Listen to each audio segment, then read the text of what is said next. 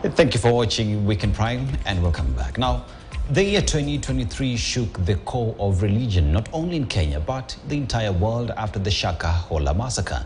The cult-like religion has so far claimed more than 429 victims, thanks to controversial pastor Paul Mackenzie and 95 other suspects who are alleged to have indoctrinated their followers through the defunct Good News International Church with teachings on fasting and dying so that one can go to heaven to meet God.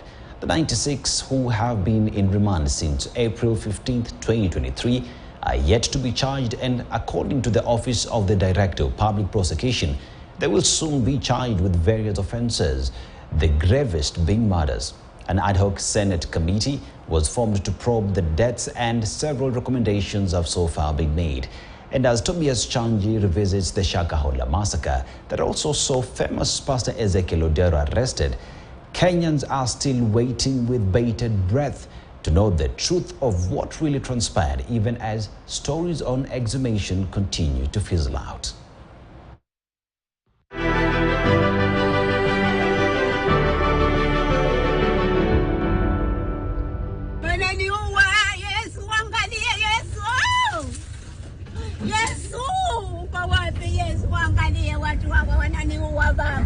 Wacha Yesu atakuokoa, lakini Yesu wa ukweli si huyu kiongozi wenu anaitwa Mackenzie.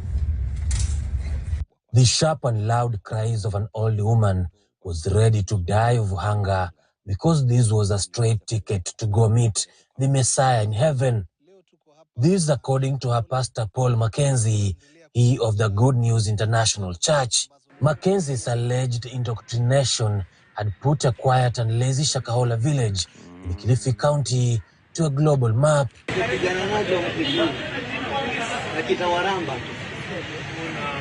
It was on 13th April 2023 when one Karume Fondo reported to Malindi police station that there were ignorant citizens who were starving to death.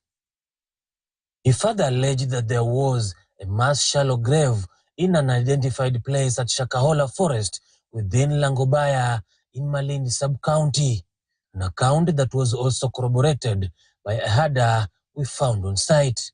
Na hata serikali yenyewe kupitia wakubwa wake wa Malindi wamehakikisha ya kwamba kilio chetu sisi kama kilio changu kwamba sisi wananchi wa Malindi na Shakahola kilikuwa ni ukweli. Maana tumeonyesha makaburi, na hata mbali na hivyo tumeokoa mwanamke ambaye alikuwa amebakisha masaa machache ili aweze kuaga dunia. On 14th April 2023, a contingent of police officers visited the scene and managed to rescue 15 people, among them 6 were emaciated and in critical condition. 4 died while in hospital. Hawafanyi mambo ya mashamba, wamegomea kula kwa maana waliambiwa Yesu yuko karibu kuja. Yesu hakutuambia akiwa karibu kuja tukatae kula. So nataka nimuulize gavana wangu kwa heshima, kwa unyenyekevu.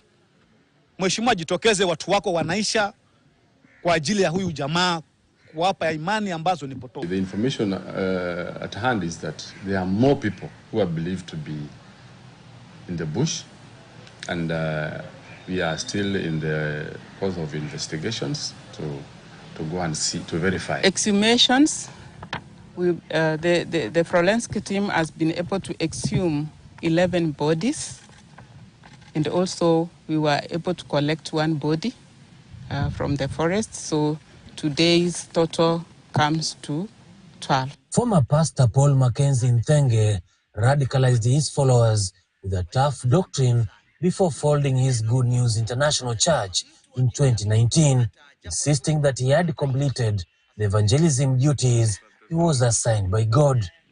It is alleged that he instructed his former followers to go without food or water to supposedly save them from an imminent, painful death in the world.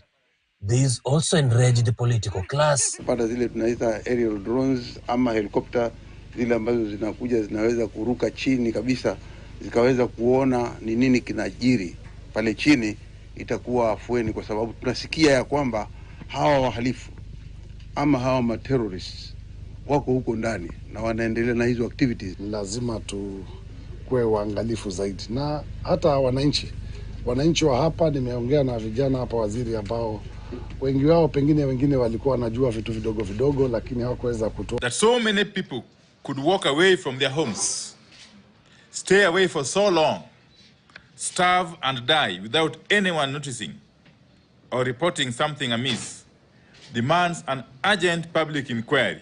There is no difference between Mr. Mackenzie, who pretends and postures as a pastor, when in fact he is a terrible criminal. Previously, Mackenzie had been arrested on similar accusations but released due to lack of evidence. His arrest brought to the fore more revelations about his operations, and some of his targets who included an air hostess, Beatrice Agenta. Kupigia simu, ikaita lakini hakuwa mtu anashika. Kuna namba ya babake. Nikampigia babake. Akaniambia, Cecilia, Betty ameenda town na mami, lakini simu ameiacha nyumbani. Akaniuliza kuna shida, nikamwambia hapana, kuna mtu yamtafuta. Akija mwambie aingie online. That was on Tuesday. On Wednesday, simu kwa ni mteja. Haikuni ring ati maybe something is wrong or anything. Lakini sasa niko na ile worry tu. Betty si kawaida yake kuzima simu. Ni mtu ambaye anapenda simu. At any given time hata kumpigia simu utampata tu atarespond. Alafu si yule mtu ambaye yuweza neglect message ati there's someone who is looking for you, can you reach out? So I also sent messages but sikupata response. When he appeared before the court, he plus his wife and the co-accused denied subjecting people to fast to death, saying that he closed down his church and abandoned preaching. Today we are on day 10. So if they are given another 4 days, will the respondents be eating?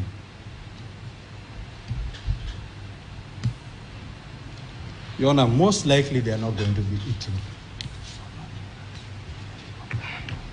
So that our fear is when we come here, what will we be coming to do? Will we have respondents in the first place? And I pray to the same effect that you find the lack of planning by the prosecution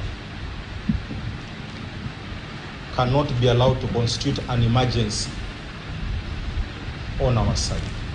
To the court, grant application. In the event they're taken to any police station, Balindi police station, yesterday they stayed without food. They starved the whole day. Can Mr. Jami, as you respond, please assure us that they get some food? These are human beings, they're not rats. Even rats fed some food, please. Water, some maragwe kidogo. Don't ask you for chicken or some biryani. As he was being held at Shimolatewa prison, detectives officially kicked off exhumation of bodies of all of his alleged followers on 21st April 2023. The detectives from the Homicide Department in Nairobi identified and mapped at least 58 graves at the expansive farm. Mambo ya kufukua mili, waliweza kufukua mili 5 siku ya leo. Na pia wale ambao wanaendelea kuja na kujiandikisha nasi kwamba wamepoteza ama wanawatafuta ndugu zao, wameweza kufika 594. Wameweza kufika 594. Wale ambao wameweza kuunganishwa na familia zao bado ni 14. Wale ambao tumewakamata na wako nasi kuendelea kutusaidia na wamepelekwa kotini ni 25. It was a beehive of activities both at the forest and at Malindi Hospital, where family members also presented themselves to report on their missing kin. Tumefanya search ya hizo makaburi. Tumejaribu kukava some na operation inaendelea mzuri. So nashukuru sana. Nilitamani sana siku kama hii ya leo ifike. So kwangu mimi sasa ni furaha ya ajabu, kwa sababu naamini kabisa mwishowe haki ya hawa watu wenye wamekufa huku itaweza kupatikana. Namtafuta mamangu na ndugu zangu 3. Walikuja huko mwaka juzi, Lakini sasa nilikuwa nikijaribu kuwatafuta niseme sasa nataka kujua wako wapi, hawakuwa wanataka nijue mahali wako. Na kufikia saa hii tumewatafuta, hatujawapata bado. This was happening, the government upped their efforts to cast their net wide. On 27th April 2023, they arrested the famous televangelist, Pastor Ezekiel of the New Life Prayer Center Church in Kilifi, while preparing to head to Dodoma in Tanzania for a major crusade.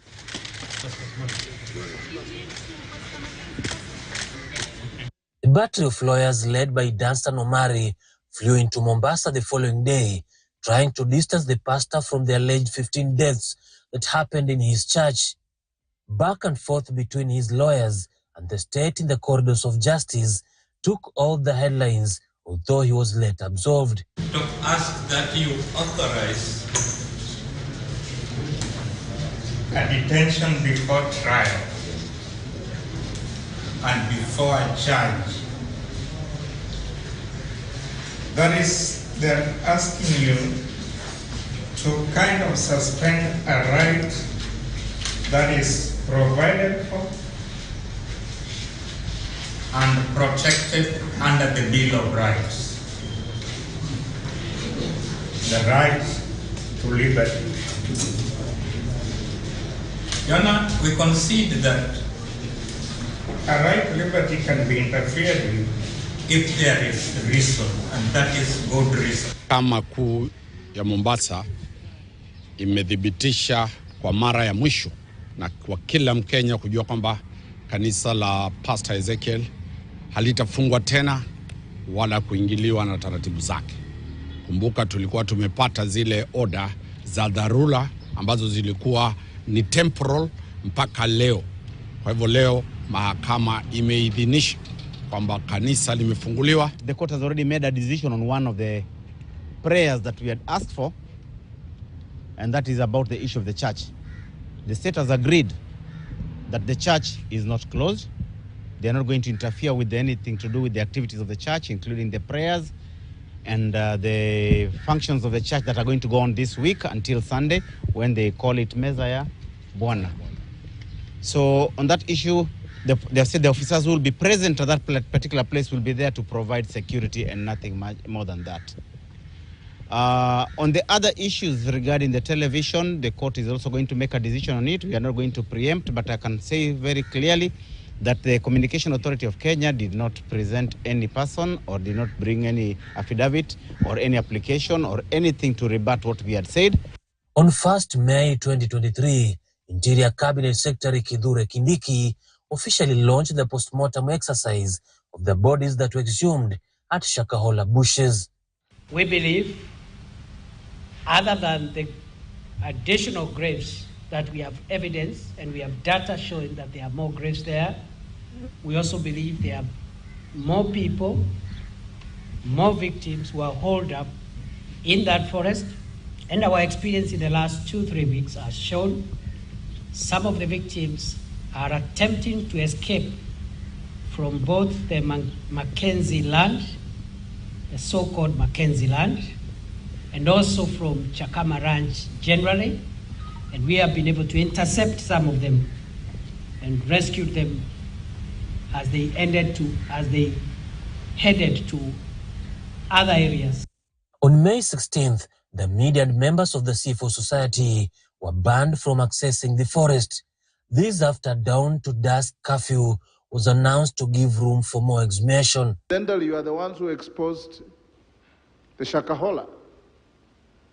The first people to bring it out was the media.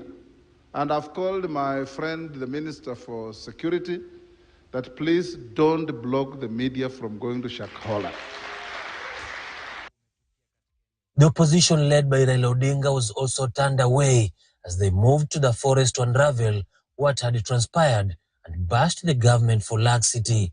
Watu wakastavishwa hapa, wakakosa chakula na maji. Wakafa wakazikwa, hamkusema. Leo viongozi tumekuja, mnatukataza kuona yale makaburi yalifukuliwa watu wetu.